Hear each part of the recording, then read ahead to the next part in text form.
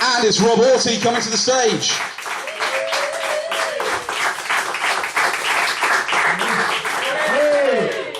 First time I put a condom on this year, to be honest. So thank you very much for having me, because I'm from Gloucester. It's not a bad place. We've got a beautiful cathedral. We've had the cake shop run by our most famous resident, Rose West. No. So how did Gloucester cope during the lockdown? Not much has changed really, because we always turn up to work in our pyjamas.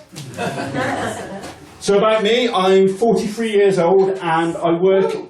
Thank you. There's that pensioner over there, or just...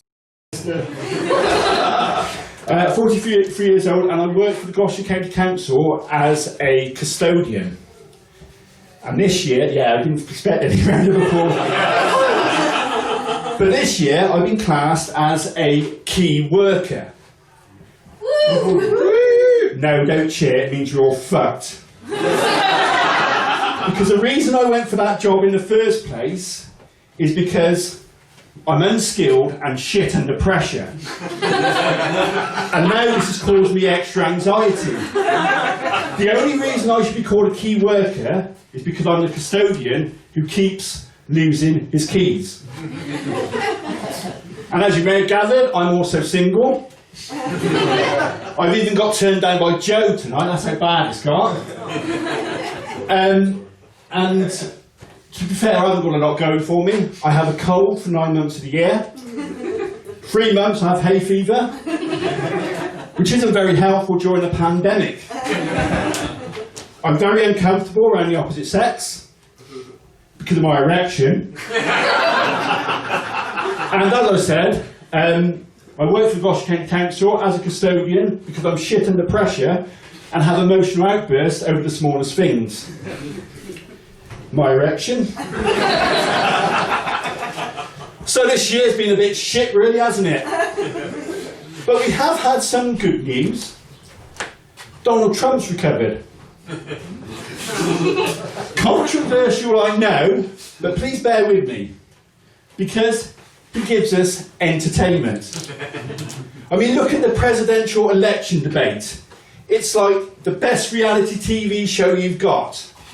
It's better than the Kardashians, because you've got everything. You've got interrupting, you've got name calling, you've got taunting, you've got tension. And we all wait to the early hours of the morning, just in case the two of them end up having sex. Plus, also with Donald Trump, he says the most stupid things, doesn't he? For example, earlier in the year, he said it was okay to inject disinfectant. But what was more funny was the adverts warning everyone that it's not safe to inject disinfectant. But actually, they brought out a really old advert after that. Do you remember do any of you remember the advert in the 1980s of Charlie Says? Yeah. With a cat. Charlie Says. That's it. So I'm going to get to that. Well, Charlie's there going, what's that, Charlie? You've injected disinfectant? Because Donald Trump told you to. And now you can't talk. Yeah, that's because you're a bloody cat. Now, what they've been talking about this year, of course, is to get out of all this crap, is to find a vaccine. But there are a lot of people telling you how unsafe a vaccine is. But to be honest, if I have to perform at Wetfest online again, I don't like this way of life, it's shit. So all I can say is, if there's a vaccine, I'll go for it. Because we're not safe anyway, are we? If we go out, we're just very nervous and we can't go out and worry about killing our grandparents off. So yeah, I'll happily take a vaccine.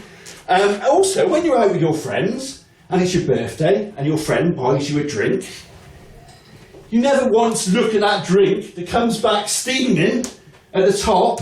It's got a horrible colour and looks like the brew from Macbeth. It's got absinthe, Jaeger bomb and Novichok in it. Do you ever say to your friend, not drinking that, it's not safe. No, you don't care about the fact that you're in a coma or vomiting or puking up for the rest of your life, because it's free.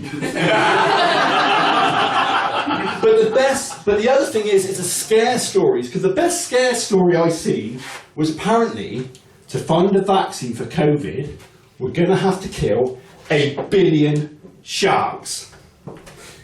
Yet, leading the way on finding this vaccine, apparently, is Oxford in England. 1 billion sharks in Oxford.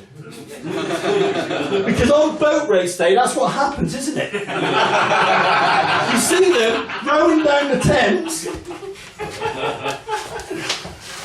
Don't worry, I'm not allowed to do upside your head, so you don't have to come to the front.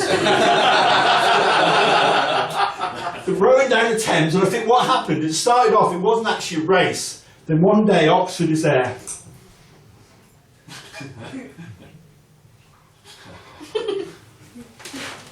Cambridge. What? Look behind you. Shark! No wonder they row so bloody quick. And everyone's at the end of their tether. Have you heard the Moonpig lady at the moment on the advert? Because she sounds stressed. Moonpig.com! And I don't blame her, because the amount of sympathy cards she's having to write more and more every day. And who'd have thought in 2020 that this handshake, or this, whatever you do, not that I'm saying you do anything, but if you do, it's fine because it's safer than this handshake. And what we actually need is a superhero who can cure this damn pandemic. And I'll do just the person, but unfortunately, he's dead. It's John Coffey from the Green Mile. Now, before I leave you, I just want to do a quick poem to explain why John Coffey should have been a key worker. Ladies and gentlemen, John Coffey. What we really need is a man like John Coffey. He can stop us all from coughing while sucking all our coughs in. We needn't have these coffins if we had John Coffey. It really isn't fair. He took the electric chair. He could have flattened the curve, but was framed for being a perv. But he really went in style when he walked the Green Mile. It really is a shame, because I think he'd ease the pain. We needn't have these coffins if we had John Coffey. Could have stopped us all from coughing, but he's in a 9-foot coffin. Thank you very much for having me. My name's been Robert Auty. Good night.